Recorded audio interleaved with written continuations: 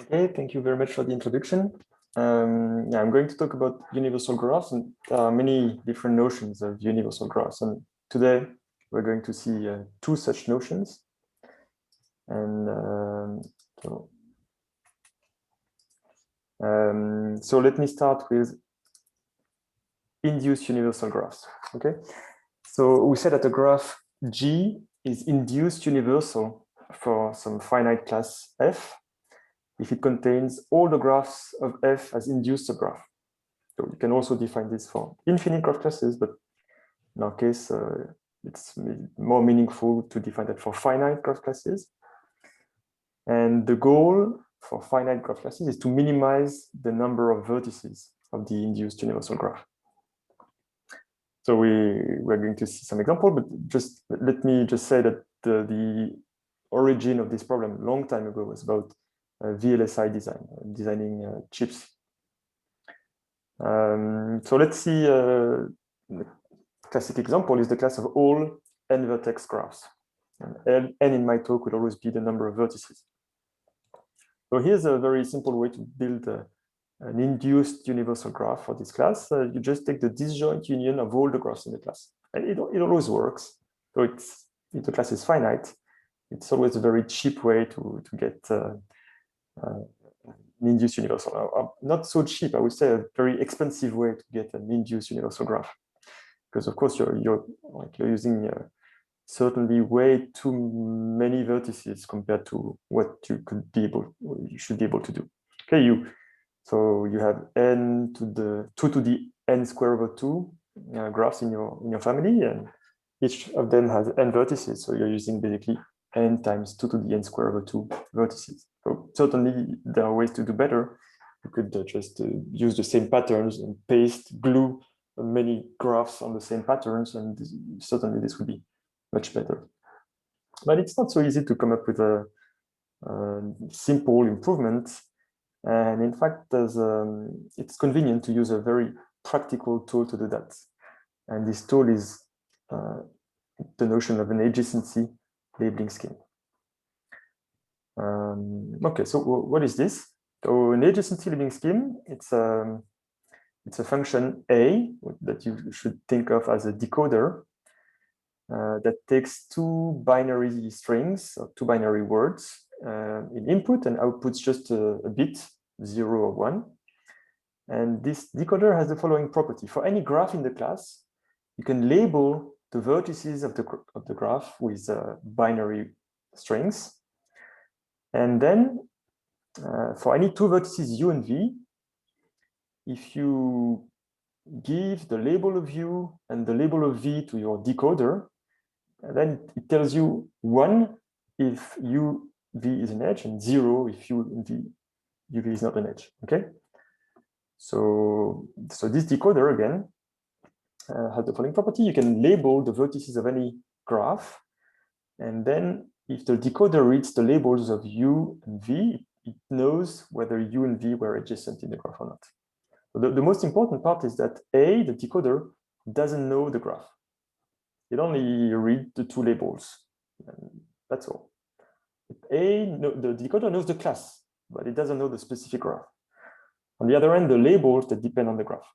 Okay, so let's see an example. Just before that, what we will be interested in is just minimizing the size of the labels. We said that the labeling scheme has labels of size k if all the labels contain at most k bits. Everything is measured in terms of bits. Okay, so let's see a very simple example. Let's take F to be the class of all n-vertex interval graphs. Or recall that in an interval graph, vertices are associated to intervals of the real line, and two vertices are adjacent if and only if the corresponding intervals intersect. So here's a very simple way to design an adjacency labeling scheme for this class. You might know that like when you have an interval graph on n vertices, you can assume without a generality that all the intervals start and end at an integer between 0 and 2n. Okay, so you can assume that all endpoints are integers between 0 and 2n. So a very simple way to design an adjacency labeling scheme is that the label of u, if u is some vertex, is just the starting endpoint, so an integer between 0 and 2n, and the ending endpoint, it's an integer between 0 and 2n. So each of these two integers takes log of 2n bits, so log n plus 1. So in total, you're using 2 log n plus 2 bits. Okay, so your label is just the starting point and the ending point of your interval. Okay, and when you have the label of u and the label of v, it's immediate to check whether u and v are adjacent. You just check whether two intervals intersect. And since you have the endpoints, you know, you can check whether u and v intersect. So the decoder just reads all the endpoints and decide whether u and v are adjacent just by looking at whether the intervals intersect. Okay. So this is very simple, and it gives a very compact labeling scheme for interval graphs. But again, what we were interested in at the beginning was universal graphs, induced universal graphs. So what's the connection with this? The connection is this very nice and like interesting observation of Cannan, Naur, and Rudich from 1988. So they observed that having an adjacency labeling scheme with labels of size k is equivalent to having an induced universal graph on at most 2 to the k vertices. So the two things are completely equivalent, even though one is kind of a mathematical description, the other one is rather maybe computer science version of it, I would say, even if I haven't talked about efficiency at all for the moment, but it feels that this is, yeah, it doesn't feel that the two notions would be equivalent, but they are. So how do you prove this? Well, if you have an adjacency labeling scheme with labels of size k, you have at most 2 to the k possible labels. And these 2 to the k labels will be the vertices of your induced universal graph. And you put an edge between two labels if A of these two labels is 1. Okay, if you feed these two labels to the function, the decoder A, and you have 1, you put an edge. If you have 0, you don't put the edge. And with the definition, it's not very difficult to check that. If you have an adjacency labeling scheme, then this is induced universal. And the mapping from your small graph to the big graph is given by the labeling. L of V will be the image of the vertex V in the induced universal graph.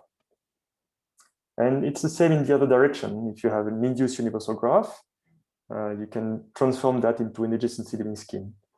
The function A will be given by the adjacency in the induced universal graph, and the label will be given by the image of G in the induced universal graph. So these two things are completely equivalent. So really, we have to remember now that for the remainder of the talk, really having an adjacency labeling scheme with labels of size k is the same as having an induced universal graph on at most 2 to the k vertices. So originally, I was interested in n vertex graphs. So now we have all the tools that we need to give a very simple induced universal graphs for graphs on at most n vertices. So how do we do that? And we're going to do that with an adjacency labeling scheme. So here is a very simple adjacency labeling scheme for n vertex graphs. So you number the vertices v1, v2 up to vn, and it's convenient to imagine that v1, v2 up to vn are on a circle. And now each vertex vi, what's its label? It stores its index. So it stores I, and it takes just log n bits. This is very cheap.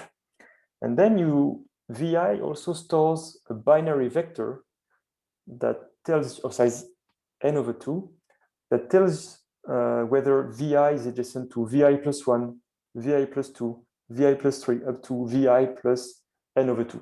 And since we have put the vertices on a circle, of course, this is modulo n. Okay, so you record the adjacency with your n over 2 successors. So in total, this takes n over 2 bits plus log n bits, so n over 2 plus log n bits. And I claim that this is an adjacency labeling scheme. And the reason is that on a circle, if you have n points, any 2 points are distance at most n over 2. So you will always have either V, which is in the list of adjacencies of U, or U, which is in the list of adjacencies of V. Okay. So if you give me the two labels, I know whether U is adjacent to V or V is adjacent to U. And I need the indices of U and V. This is why we also store the indices to check that. Okay, so it's an adjacency labeling scheme with n½ plus log n. So there is an induced universal graph, an explicit one, with 2 to n over 2 plus log n, which is just n times 2t to the n over 2 vertices. And this is exactly the bound proved by Moon in 65. And Moon didn't talk about adjacency labeling schemes, but his proof is really equivalent to that. And the natural question is whether this can be improved, and it can. So there were many results improving on this bound, and the very last one, this final one, I should say, is this recent result of Nogard. We proved that basically we can find an induced universal graph on 2 to the n-1 over 2 vertices. And we'll see in the next slide that this is really the best you can hope for. Okay, any questions so far? Is everything clear? Okay, don't hesitate to interrupt me. Okay, so I claim that this is really the best you can hope for. So you should have some mechanism to design lower bounds on the size of adjacency labeling schemes or equivalently induced universal graphs. So what kind of tool do you have if you want to prove lower bounds? And well, the best tool is just counting. But if you assume you have a class that has an adjacency labeling scheme with labels of k bits per vertex. And now you look at a graph on n vertices.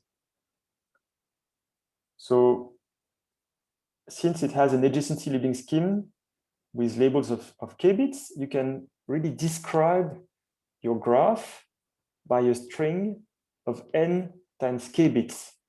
You just take the concatenation of the label of v1, the label of v2, v3, up to vn. So you have a binary word of size n times k. And from this binary word, with your decoder, you know whether there is an edge between v1, v2, v2, v3, and so on.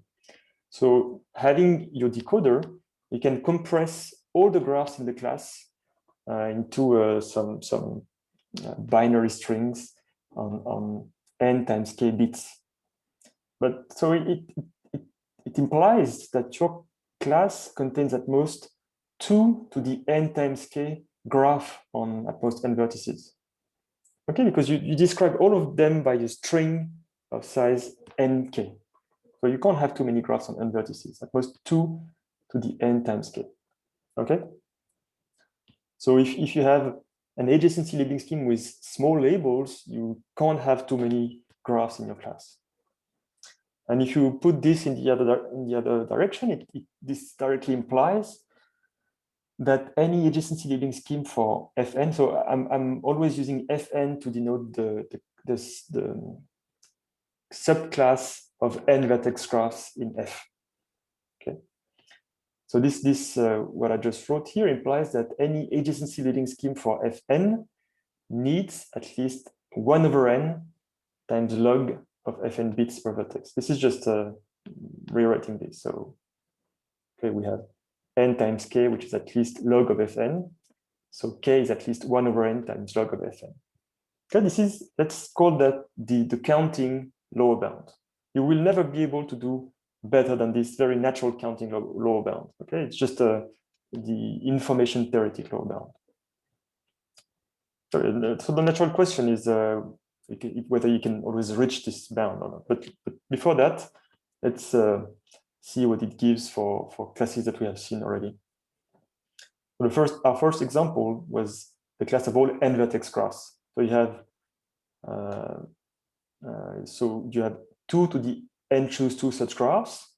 So this tells us that we need at least 1 over n times n choose 2, which is n minus 1 over 2 bits per vertex. And it's exactly the bound that Noga-Alon obtained. And another example is the class of all n vertex bipartite graphs. So you have at least 2 to the n square over 4 such graphs. So you need at least 1 over n times n square over 4, which is n over 4 bits per vertex. Okay.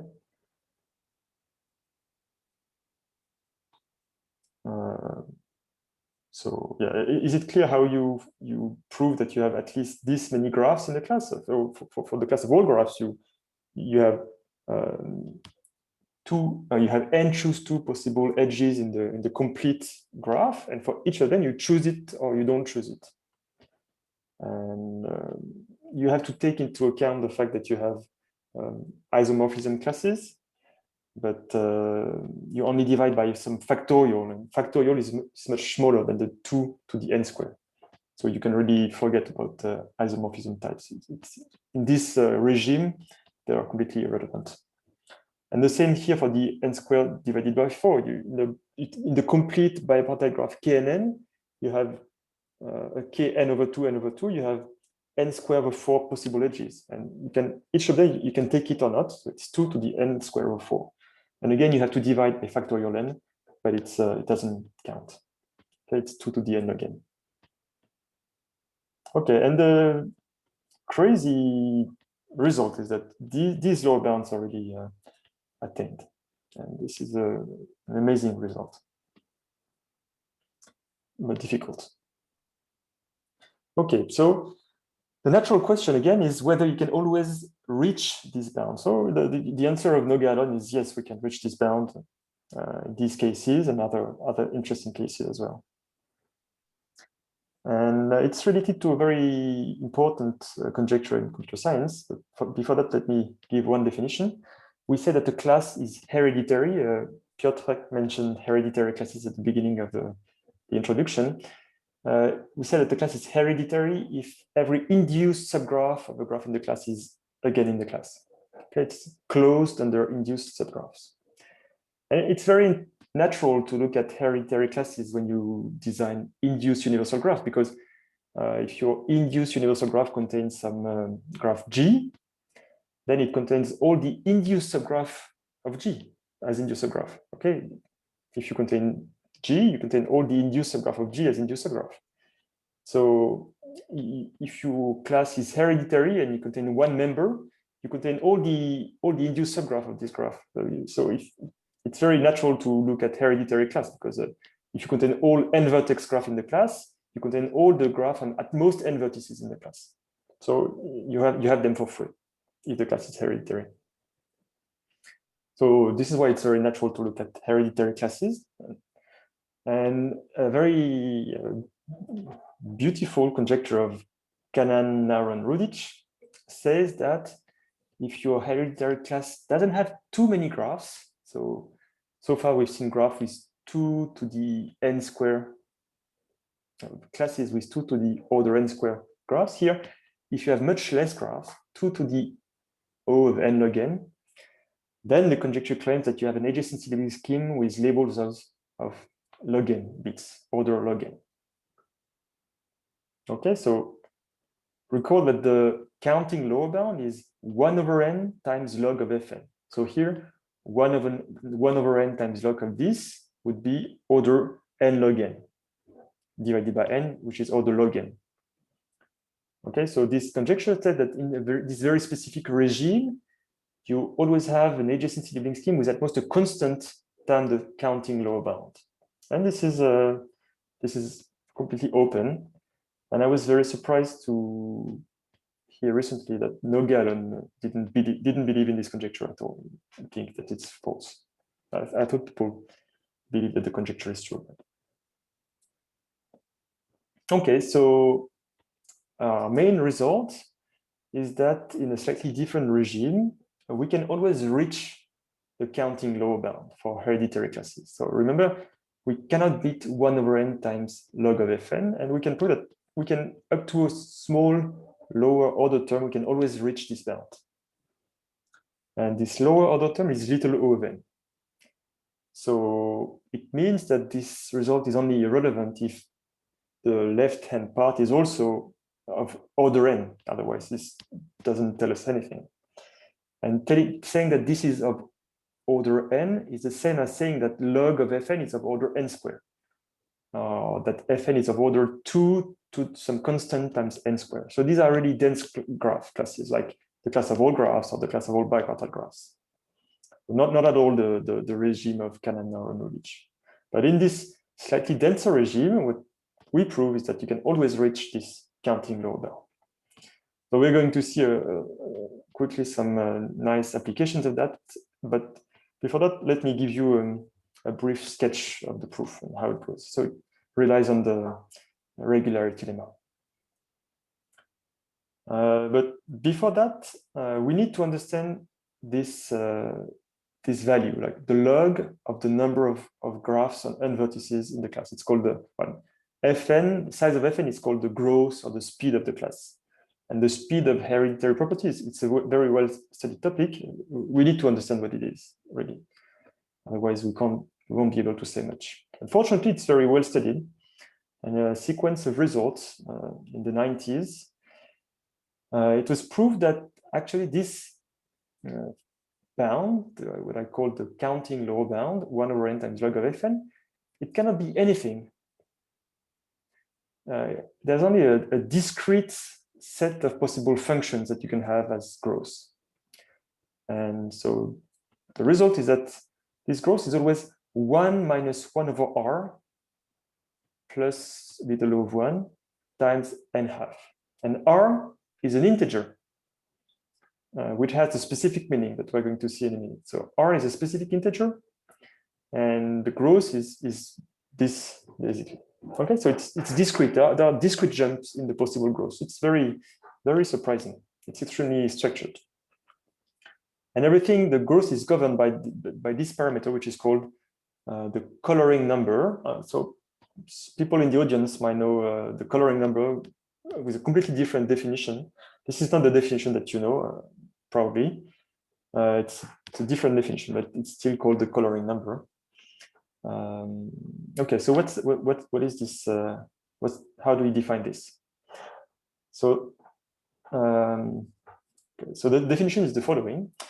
It's the largest possible R, such that you can divide R into two parts, A plus B, and your class contains all the graphs that can be partitioned into A cliques and B independent sets.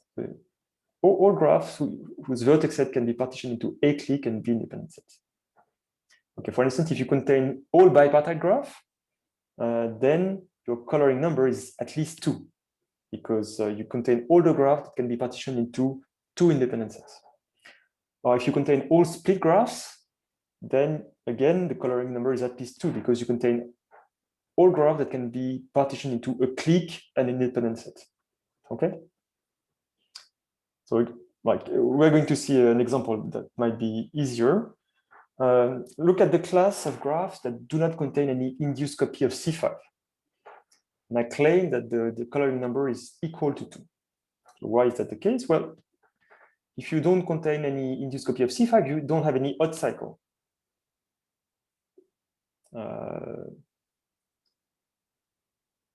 Is it true? Oh, no, sorry. Yeah, no. Forget it. No, if you don't contain any induced copy of C5, sorry, you contain all bipartite graphs. Okay, because bipartite graphs, they don't have any odd cycle, they don't have any odd cycle, they don't have any induced odd cycle, they don't have any of this, they don't even have, so they don't have an induced copy of C5. So this class F that contains all graphs with no induced copy of C5, it contains all bipartite graphs. And if you contain all bipartite graphs, by definition, your coloring number is at least 2. But I claim that it's 2, so I have to prove that it's not 3. So assume it's 3. So there must be an A and a B such that A plus B is equal to 3. And the class contains all graphs that can be partitioned into A cliques and B independent sets. And now it turns out that C5 is really an interesting graph, because C5, you can partition it into 3 independent sets. because C5 is 3 colorable, and it's self-complementary, so you can also partition it into 3 cliques. But you can also partition into 1 clique and 2 independent sets, and vice versa into 1 independent set and 2 cliques. So whatever A plus B, whose sum is 3, you can actually partition C5 into A cliques and B independent sets. And so if your class had coloring number 3, then you would contain C5. And it's not possible because F is the class of all graph with no induced copy of C5. Okay, so the coloring number is 2. And this result tells us that for this class of all graph with no induced copy of C5, we have 1 over n times log of Fn, which is n over 4. Okay, so this is just an example of application.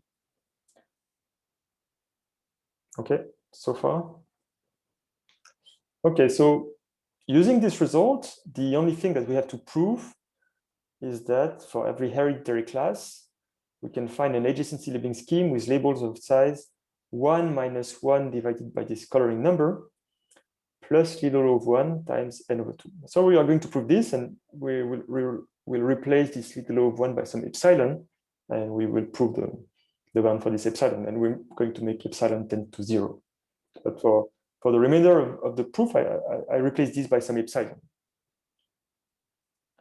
And I want to design an adjacency labeling scheme with labels of size 1 minus 1 divided by the coloring number plus epsilon times n over 2 bits. And for this, I'm going to need the regularity lemma that you might well know, but I'm going to explain what it is again. So the regularity lemma tells us that if you fix some epsilon, and again, I implicitly fixed some epsilon at the beginning, if you fix any epsilon, then if your graph is large enough compared to epsilon, you can partition it into a constant number of vertex sets, all of the same size, such that all the adjacencies between these sets are nice. And by nice, I mean that we have the following. So we can, so say we have sets V1 up to Vt, we can somehow, to help us encode that using a complete graph on T vertices. And by saying that all adjacencies between sets are nice, I mean that for any pair of sets, for instance, V3, V4, I have some small value, P34, and P tells me the density between V3 and V4. And the regularity lemma tells us that the bipartite graph between V3 and V4 behaves almost like a random bipartite graph between V3 and V4 with edge probability P34. So you can really view this graph as a constant number of vertex sets. And between any of these two sets, you have a random bipartite graph with some edge probability, not the same for all the pairs. But it's not exactly a random bipartite graph, it's a pseudo-random bipartite graph. Dan talked about pseudo-random graph last week. And what does pseudo-random mean in our case? We saw that Dan talks that there are many possible definitions, but for us, the interesting definition is that the number of edges between any set X and any set Y is almost the same as if it was a random bipartite graph. So if it was random with edge probability P34, you would have X times Y times P34 edges in expectation. And here we just say that we have between P34 plus epsilon times X times Y and P34 minus epsilon times X times Y edges. Okay, for any set of for any sufficiently large set X and Y in V3 and V4, the number of edges is in this interval. This is why this is what we mean. It's a pseudo-random property. Okay, the regularity lemma tells us that we have this. But we have to add some more ingredient, otherwise the regularity lemma is false. You have to add that you start by removing an epsilon fraction of the vertices, otherwise it doesn't work. And you need one more ingredient. You need to start by also adding an epsilon fraction of all the edges. So there is an epsilon fraction of all the pairs for which you can't say anything. You don't know whether they are regular or not regular. So, but up to this epsilon fraction of the vertices and edges, all the remaining pairs, they're regular in the sense that they behave like a pseudo-random bipartite graph. Okay, this is what the regularity lemma tells us. Any question about the formation? On purpose, I didn't state the regularity lemma. I prefer to give the moral meaning. Okay, so up to removing an epsilon fraction of the vertices, you can divide the vertex set into a constant number of parts, all of the same size. And all pairs except a fraction of at most epsilon behave nicely, almost like a random bipartite graph. It's really a way to encode your graph with very little information. This reduced graph that we have here really encodes the structure of the graph, but it's extremely small. It has constant size. And it encodes really how the whole structure is. And this is exactly what we want. Designing an adjacency labeling scheme is the same as compressing your graph class into something extremely small. So in a sense, what we're going to do is keep this information, which is constant, and only record how much we deviate from the average case of the graphs that we have with this information. And this will be much less information than actually recording everything. This is the idea. So to be more specific, let's do the following. So we have in our reduced graph here, we have, let us put some colors. Red means that the pairs are irregular. We don't know exactly what the adjacency is. Then we have light blue, which is that the probability of having edges is extremely small, less than epsilon. We have almost no edges. We can't say much. And you have black or dark blue, which says that the probability is extremely large. It's really almost like the complement of having, you have almost no non-edges. So you have almost all the edges. And in between, you have, let's say it's color blue. The edge probability is between epsilon and 1 minus epsilon. So you have a lot of edges and you have a lot of non-edges. And the interesting lemma here is that the blue graph, so the graph where you have all pairs of sets with a decent number of edges and non-edges, the blue graph doesn't contain kr plus 1 as a subgraph, with r being the coloring number of your class. And the reason is that if you had kr plus 1, so you would have r plus 1 sets, and between all these sets, you would have a lot of edges and non-edges, but everything will be random. And if you have that, it's not very difficult to see that you can make really all graphs with at most with A clicks and B independent set with A plus B equals R. And that would be a contradiction. So you don't contain kr plus 1 as a subgraph. And there's a direct application of Turan's theorem. If you have no kr plus 1, you don't have too many edges. So the average degree is bounded. And in particular, you can orient the edges of the blue graph such that each vertex has out degree at most 1 minus 1 over r times t over 2. But it's really Turan's theorem restated. Okay, so what do we do with this information? So what we're going to do, so we imagine that we have this orientation of the blue edges. Again, blue edges, these are not the edges of our graph. These are just edges. Blue edges correspond to pairs of sets in our graphs. But for each set, you have few other sets for which you have a directed blue edge between the two. And what you're going to do is, for every blue edge oriented from Vi to Vj, which means that you have this big set Vi and this big set Vj, each vertex of Vi will record all the adjacencies with the vertices of Vj, with a binary array. And so we have n vertices in all our graph, and we have t big parts Vi up to Vt. So what's the size of each Vi? It's n over t at most.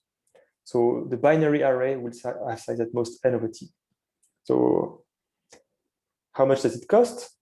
Well, we have our degree at most 1 minus 1 over r times t over 2. And for each of these outgoing edges, I'm recording n divided by t adjacencies. So in total, I have how many bits? 1 minus 1 over r times n over 2. This is what I'm storing so far. So let me go back and recall you what we try to show. The bound that we're trying to show is 1 minus 1 over r plus little of 1 times n over 2.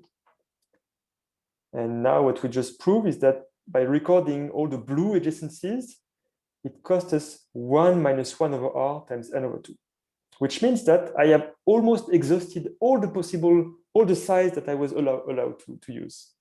I want to prove 1 minus 1 over r plus epsilon times n over 2. And I have already used 1 minus 1 over r times n over 2.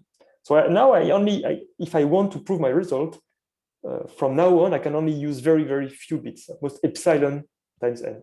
Okay, I've used almost all what I wanted to use.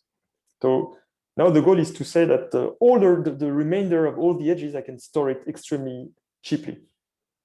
So let's see how we can do that. So what are the labels? So we store the reduced graph, but the reduced graph has constant size, so we don't care. We have to do something about the exceptional set of vertices. But it has size epsilon n, so each vertex is going to store the adjacencies to this set. Right? It's only cost epsilon n. Same for the red edges. Inside each set vi, I can also store the adjacencies, but t will be quite large, so n divided by t would be at most epsilon n, so I can do that.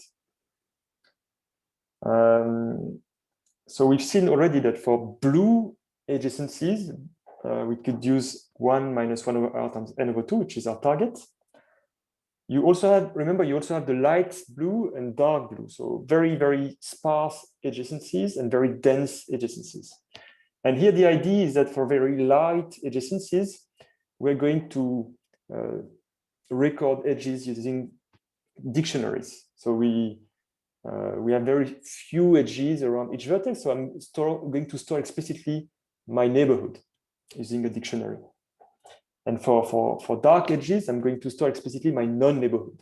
And again, I have few edges, so in total, I'm not going to use many.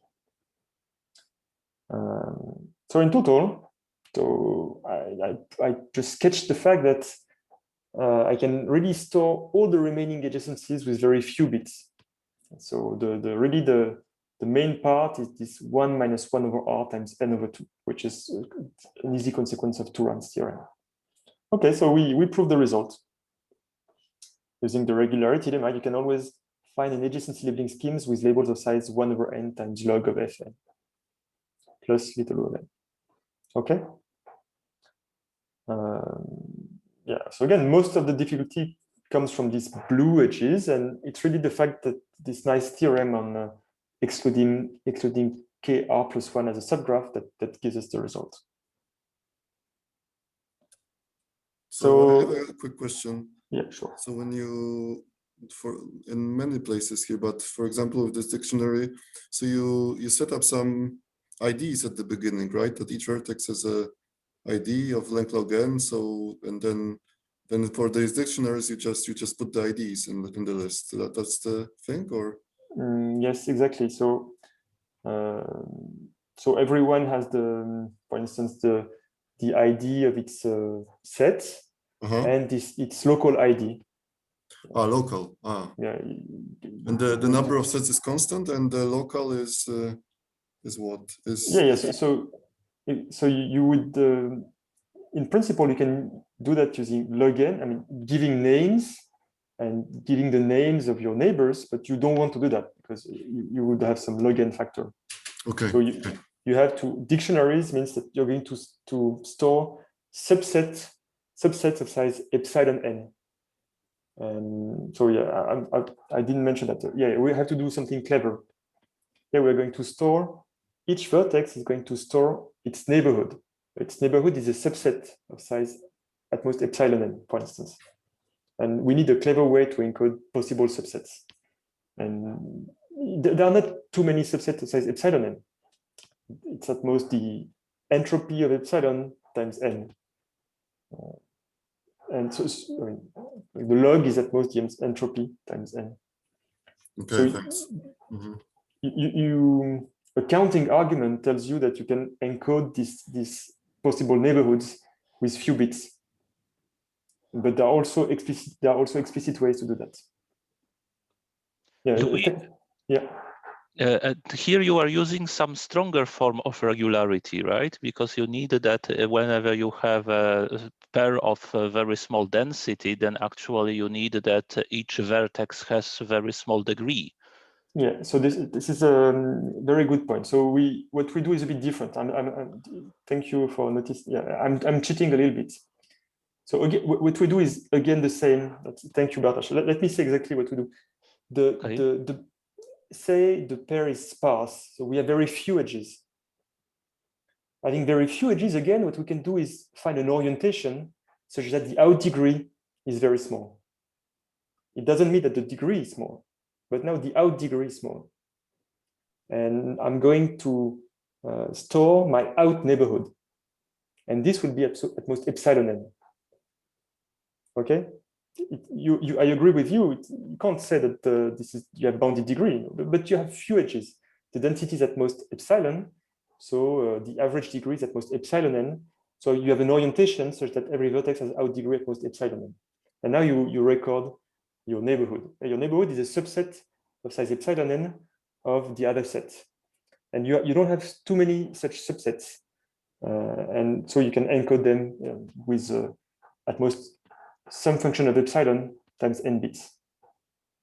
And you do the same with the irregular pairs? Exactly. For irregular pairs, oh no, for out. Yeah, exactly. I do the same for irregular pairs. Yeah. For the red edges, you do the same trick. Yeah. But cannot you have, for instance, quite a big clique within the red edges? No, so you can have. But there's a slightly different trick for the red edges. You have to do something slightly different, but it's almost the same. Yeah, you have to do. You can have counting argument tells you that it cannot be. You can find this orientation again, but some degeneracy argument tells you that the out degree, the degree is small also. Okay. Because if the degree was large, you would have more than the total number of that you want. There's a slightly different argument. Yeah. I think we maybe do it on the red graph itself there, right? That we find the orientation in the red graph. So the graph induced by the red edges. Yeah, but I think we use the degeneracy argument for this one, yeah. I think. Yeah. Yeah. But it's the same sort of thing where we want to get out neighborhoods to be small. Yeah. So it's the same idea, but yeah. Okay, thank you for asking the precision. Okay, so actually what we know about the red graph is not only that it has a few edges, but that it is actually degenerate. Yes, but the degeneracy bound comes from some simple argument, really. Okay. Let me see. Yeah. Okay. Maybe I'll say a few words at the end. Okay, thanks. Here, degenerate is really in the sense that it's epsilon t degenerate. It's not very difficult to prove. So you have at most epsilon times t square edges in your red graph, and it's not very difficult to deduce that it's epsilon t degenerate, I would say. Just from some counting. Okay, thank you. Yeah. Because epsilon is very small, so you would have something with epsilon square. It's not very difficult. Okay, so I think now I tried to hide the details, but fortunately you asked me the details, and now I think we're good with it. I mean, the details is I almost told you all the details, really. I'm not hiding anything. Okay, so let me talk about applications, but actually I'm going to hide the details here because I realized just 5 minutes before the talk that something was not completely clear. So yeah, so let me say some applications, but I'm not going to talk about the post application. So we've seen that graphs with no induced C5, their coloring number was 2. So we saw that 1 over n times log n is n over 4. So any subclass of this has a few, at most, has adjacency labeling scheme with at most n over 4 plus little of n bits per vertex. Okay, this is really our result, that you can always do the number of graphs in the class 1 over n times log of the number of graphs. So here the number of graphs is 2 to the n over 4. So you can always do, sorry, 2 to the n square over 4. So you can always do labeling schemes with n over 4 plus little of n bits per vertex. This works with any class that excludes C5 as an induced subgraph. And yeah, there are many nice graph classes like these perfect graphs, split graphs, and bipartite graphs we saw already, and comparability graphs. And so yeah, let me skip this because I have some existential doubt about this. Let me talk about reachability instead. So we've seen adjacency labeling scheme. It's a scheme where you can decide whether 2 vertices are adjacent. And there are other types of scheme like that. And a very interesting scheme is reachability labeling scheme. So you have a digraph and you want to label the vertices of your digraph in such a way that if you read the 2 labels of U and V, you know whether U is reachable from V. And reachable means that you have a directed path from U to V. Okay, there are other type of labeling schemes. There are things where you would know that there is a path in an unoriented graph, but here it's reachability.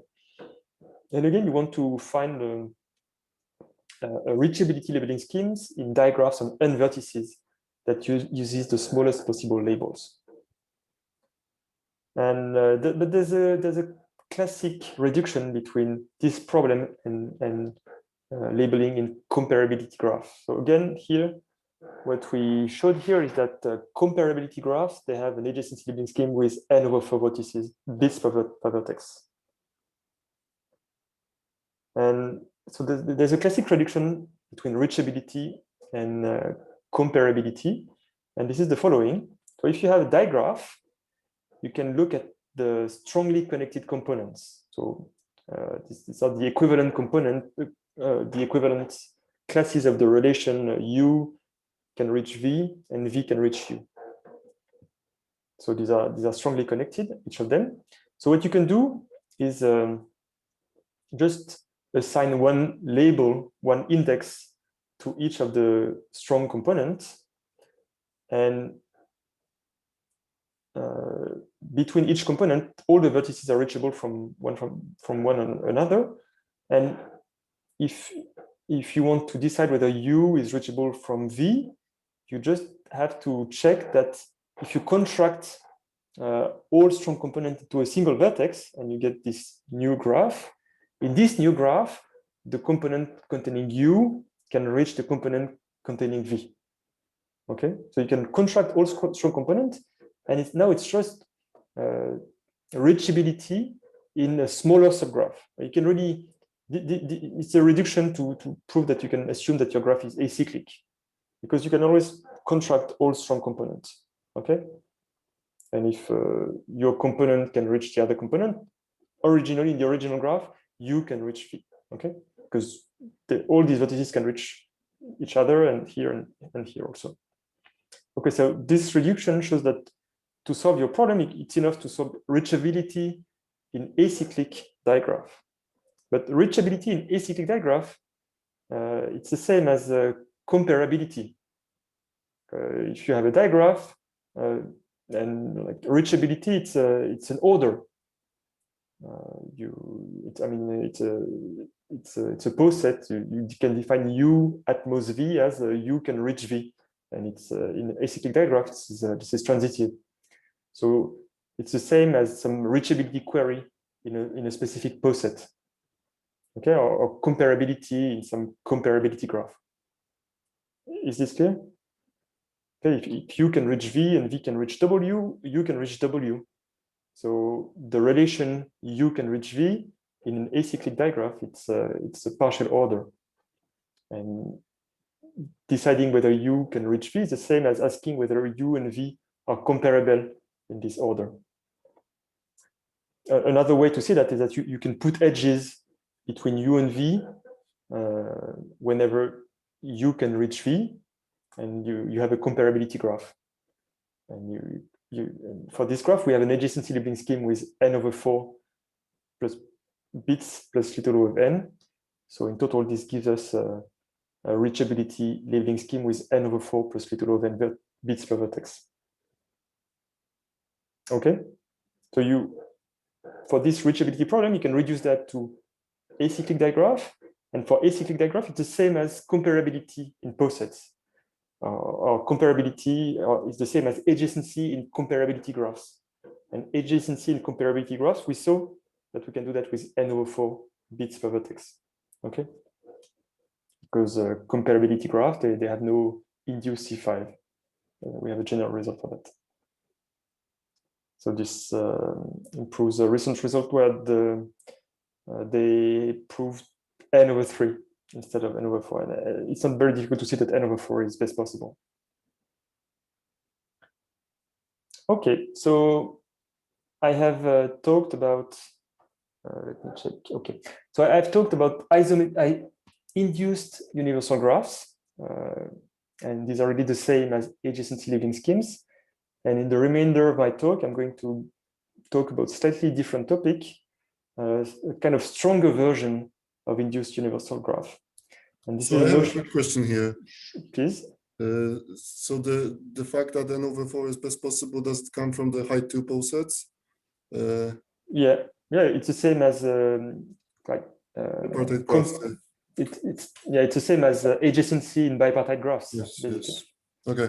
And we saw that adjacency in bipartite graphs, you need at least n/4. Yep. Just discounting argument. Thanks. Yeah, thank you for the precision. Yeah. So let me talk about this interesting variant of induced universal graph. It's called isometric universal graph. And we say that G is isometric universal for a finite graph class if G contains all graphs of the class as isometric subgraph. So what is isometric subgraph? We said that H is an isometric subgraph of G if you can embed H in G in such a way that the distances between the vertices in the image are the same as in the original graph. So let me draw a picture. So I am looking, my graph H is this red path. And here, this red path is not an isometric subgraph of this graph. It's a subgraph, but it's not isometric. And the reason is that these two vertices, they are distance 3 in my red graph, but they are distance 2 in my host graph. This is not good. Okay? An isometric subgraph is a subgraph such that the distances within the subgraph are the same as the distances in the whole graph. There are always at least the distances in the whole graph, but I want them to be equal. And here is a version which is isometric. Here you can check that these two vertices are distance 1 here, and they are distance 1 in the whole graph. And these two vertices now, they are distance 3 in the whole graph. So it's an isometric subgraph. Okay? Isometric means that the distances in my smaller graph are the same as in the whole graph. Okay? Is the definition clear? So direct observation is that isometric subgraphs, they are induced subgraph. And the reason is that two vertices are adjacent if and only if they are distance 1. And in fact, it's isometric. It implies that vertices are distance 1 in the graph, if only if they are distance 1 in the whole graph. Okay? So you cannot have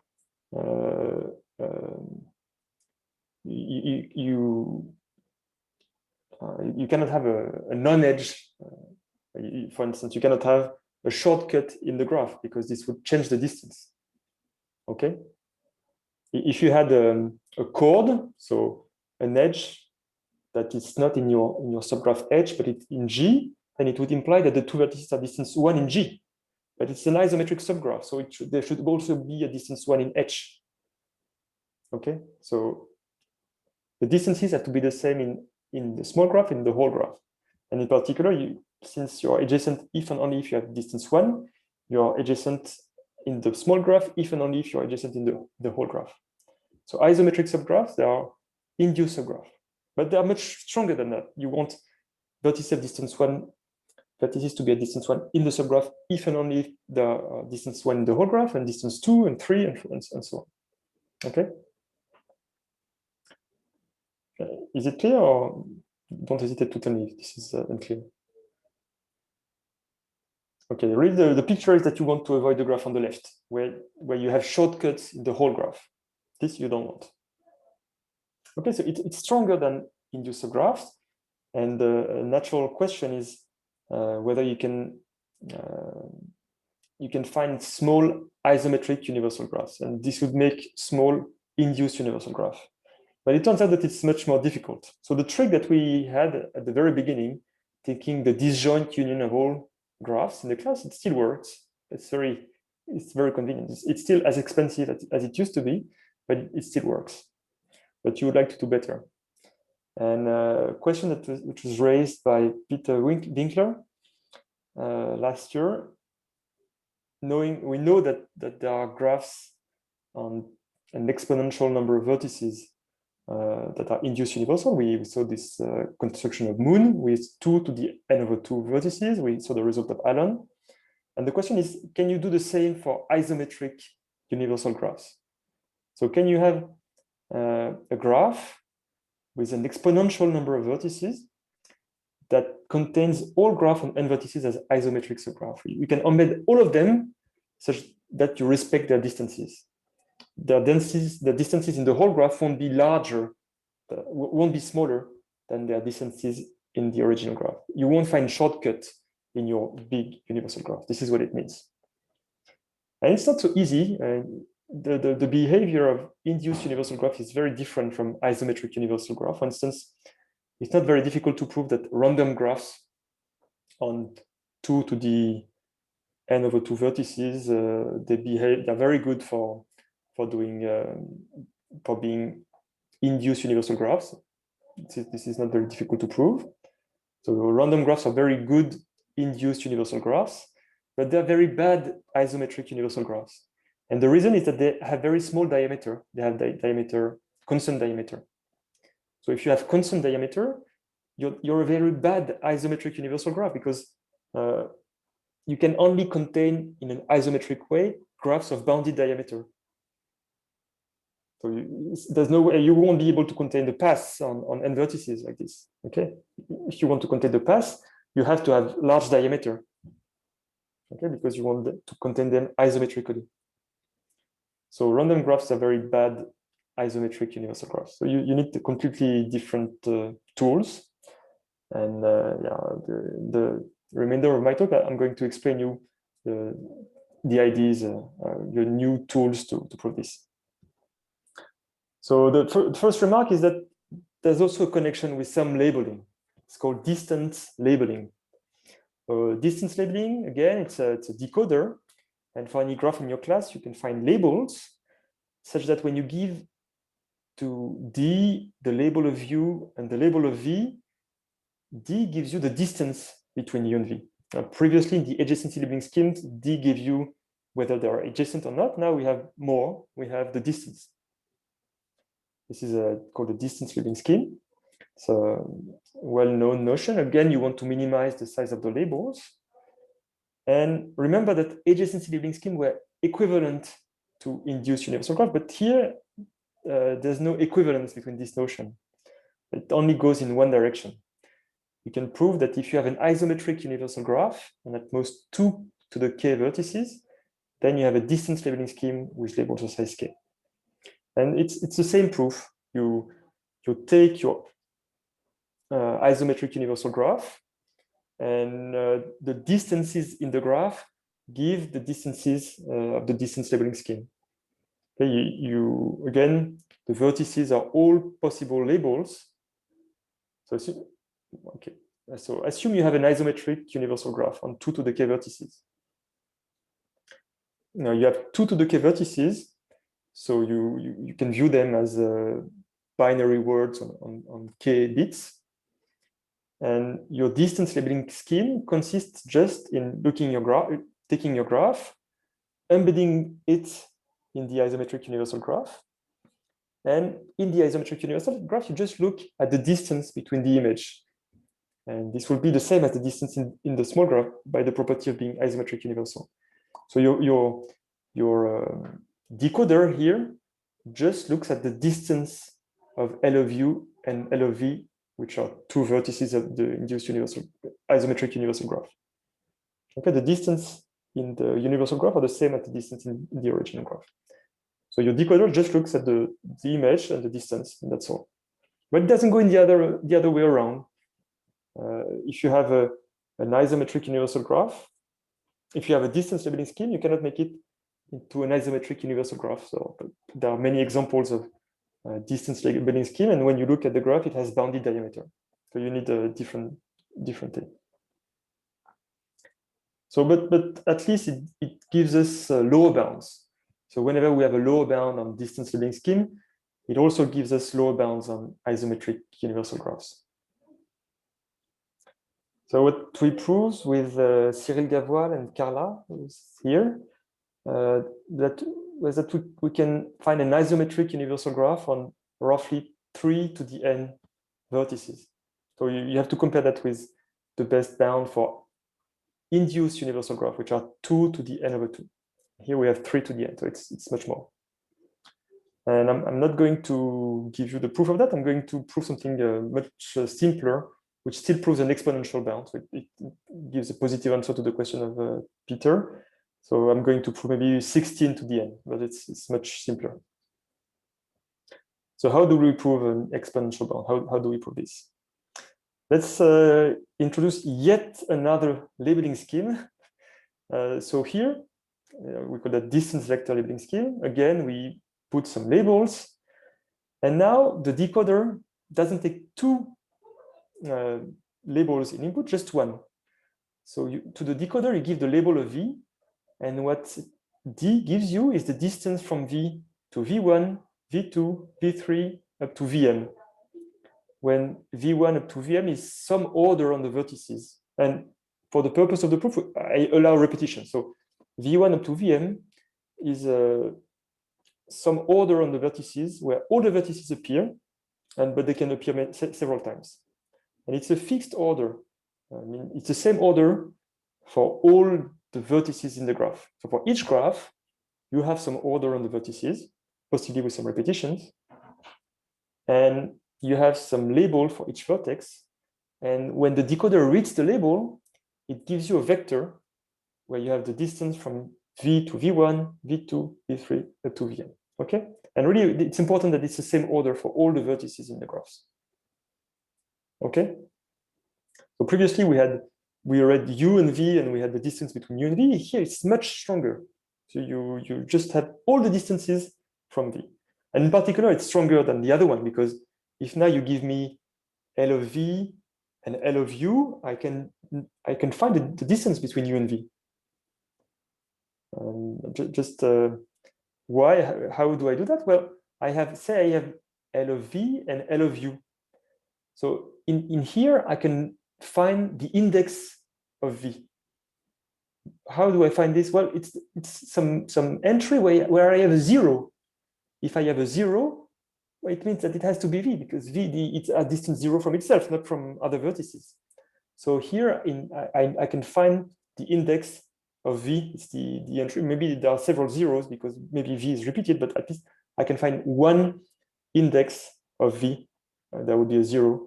And now at this specific place, the same place, I look at the distance between U and V.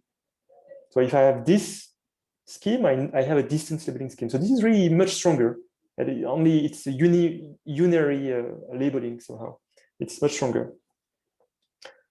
And it turns out that this is sufficiently stronger to imply that when we have this, then we can make isometric universal graphs. So if we have a distance vector labeling scheme with labels of size k, then we have an isometric universal graph with at most 2 to the k vertices. Now, this is enough to build isometric universal graphs. And so how do we prove this? So the vertices of our isometric universal are all the 2 to the k possible labels. And I put an edge between label L and L prime if the L infinite distance between these vectors that I decoded is equal to 1. So remember, D of L is the sequence of distances to V1, V2, V3 up to Vm. And here, I don't know what the graph is, I don't know anything, but I have labels, and I have this function D as a black box. I don't know, it's not about any graphs, it's just some function. I can give it a label and it gives me some answer, some vector. And what I do is I look at D of L and I look at D of L prime. If they differ by L infinite distance by 1, I put an edge. Okay, what does it mean? It means that the difference entry-wise is always at most 1. And it also means that the two vectors are different. Otherwise, there would be a distance 0. Okay, saying that the distance is 1 means that for all entries differ by at most 1. And these are not the same entries. Okay, so this is the definition of our isometric universal graph. And why does it work? Well, this is reasonable because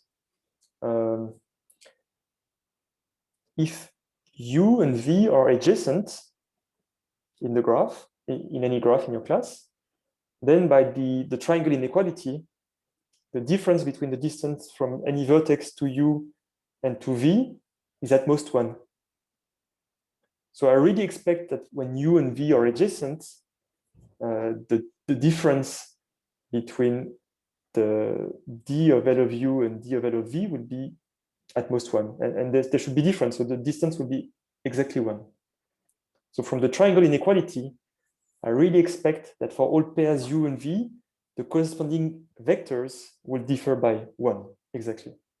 So this is something very reasonable to do. And now, assuming that we have proved this, let me just explain you how to build a distance vector labeling scheme in a cheap way. So all that we need to do is find a way to encode the distances between V and V1, V2, V3 up to Vn in some order in a cheap way. And the way we do it is the following. You just take a spanning tree, assume the graphs are connected. You can assume that. So you have a spanning tree, take any spanning tree, and you traverse the vertices. You take any traversal of the vertices in your tree. So you read the vertices that you encounter in your traversal. So A, C, B, C, E, D, E, F, E, G. And when you have read everything, you stop. Okay, you read all the vertices that you meet in a traversal of the tree. So you have at most n-1 edges, and you have at most in your traversal you traverse each edge at most twice. So you read at most 2n vertices.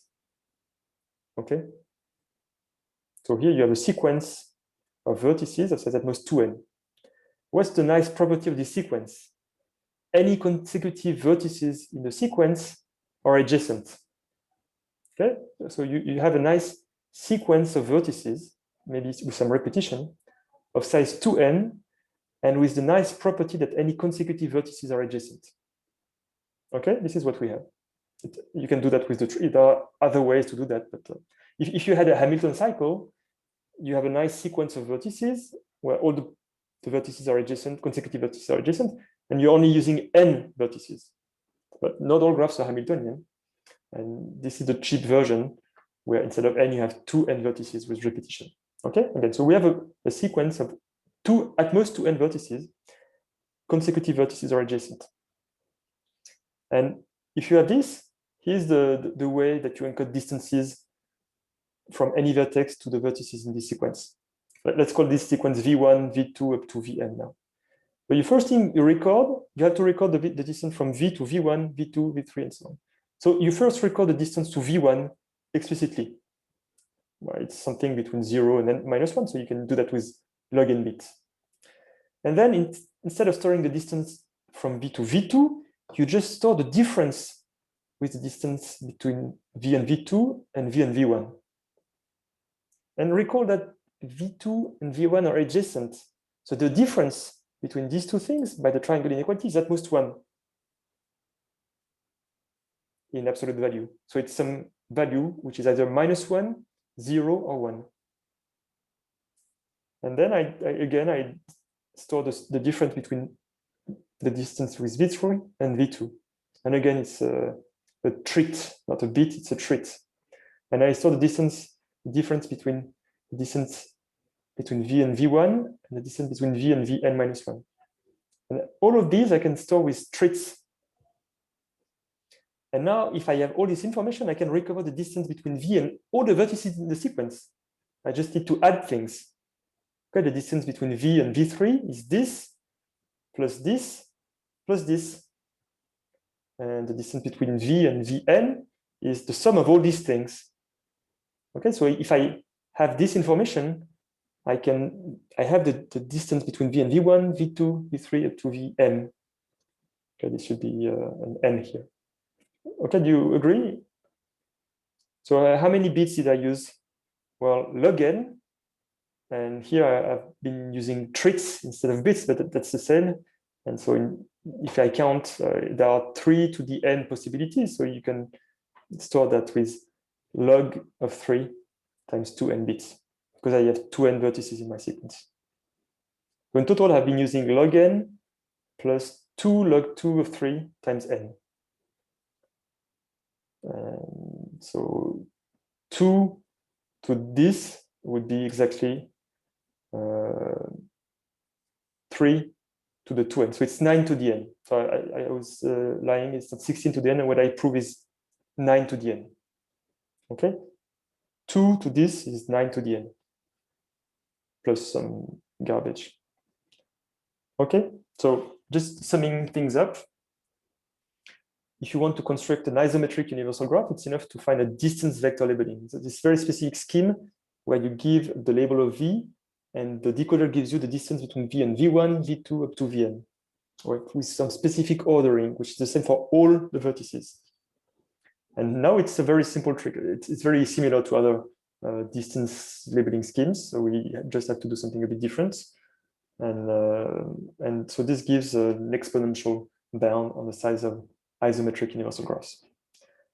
So this gives 9 to the n, but we can do 3 to the n by using more elaborate tricks. So, and yeah, any question about this? Or so I'm going to conclude now with a slightly different, using the same ID, not exactly distance vector labeling scheme, but something a bit more subtle, I would say. We can prove that planar n-vertex graphs, they have isometric universal graphs with 2 to the square root n vertices. And there's a lower bound of 2 to the n to the 1/3, 1/3. And if you look at the definition of our graph here, so the vertices, there are vectors, and we put an edge if the distance is 1. Okay, the L-infinite distance. So it feels that what we are doing in reality, it's not so much doing some isometric graph, it's just embedding any graph in L-infinite space. So L-infinite space, just some Euclidean space, like R to the n for some n, and the distance you consider is the L-infinite distance, the supremum of the difference between the vectors. What we do is really this: we embed our graph with this technique. We embed the graph into L-infinite space. And we want to minimize the dimension of the space. This is what we do. And unfortunately, this is not exactly what we do for planar graph. We can't do that. I don't know how to do that. So it's a classical result that you can embed any n-element metric space isometrically into L infinite to the n. So it's you're in Rn with the L infinite distance. This is what this space is about. And embedding isometrically means that the distance between the image of the 2 points is the same as the distance in the metric space. Okay, it's a very classical result. You can embed any space isometrically in L infinite.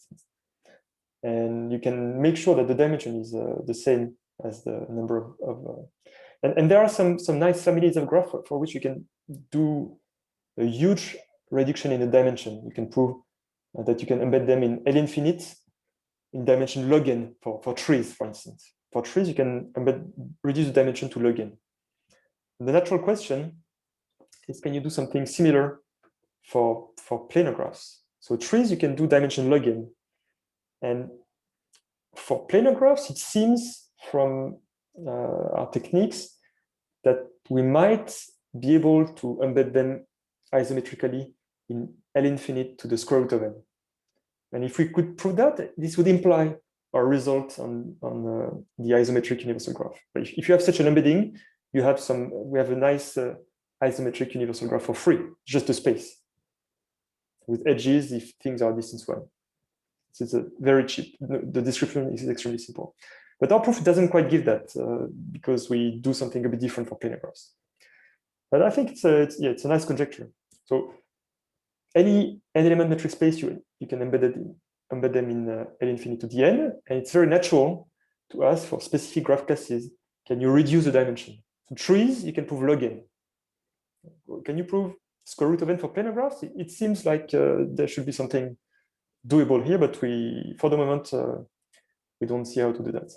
But yeah, I think the answer should be square root of n. And it cannot be less than n to the 1/3. Okay, thank you very much for your attention.